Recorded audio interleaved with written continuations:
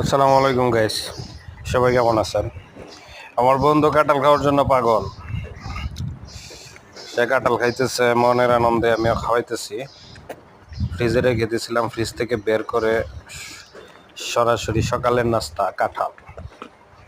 সকালে নাস্তা খাওয়ার জন্য সে একেবারে বাড়িতে চলে আসে, গেটের কাছে এসে বৈশা থাকে, দাঁড়ায় থাকে। তো এখন খাইতেছে, অনেক খুশি কাঁঠাল খায়া। তুলে তুলে খাওয়াইতেছি।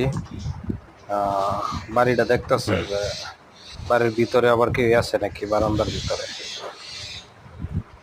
ওইখানে কেউই নাই, গ্রিলের ভিতরে কেউই নাই, বন্ধ। খাও খাও, মনের আনন্দে খাও। তুল্লা খাওয়াইতেছি,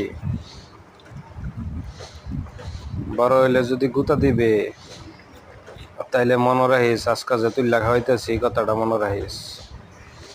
খা, আরো কাঠল আনবাম, সমস্যা নাই, আরো কাঠল আনমু, এটা খায়া শেষ কর। পরবর্তীতে আরো কাঁঠাল পাইবে। গ্রিলের ভিতরে নাই তো কেউই নাই, খালি। হ্যাঁ, ভাত খাইলি, কাঁঠাল খাইতেছস, মার দুধ খাস, আরো কত কি ঘাস খাস। তো সবাই চ্যানেলটা সাবস্ক্রাইব করে রাখবেন।